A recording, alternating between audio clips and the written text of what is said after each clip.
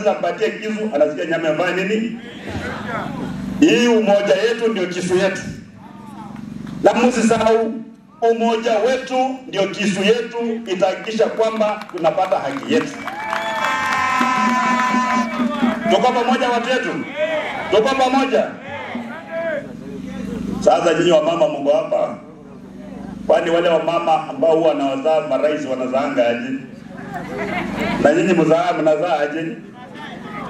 Sipia nyinyi mnazaa hivyo hivyo tu. Hata yeye yuko smart kushinda wale wengine.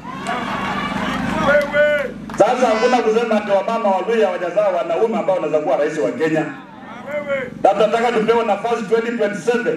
We move this country from primitivity to civilization. Tusipokuwa tunaenda kura ni kama tunaenda vita. Watu wanajipanga, wengine wanahama. Tusigawe nafasi ya serikali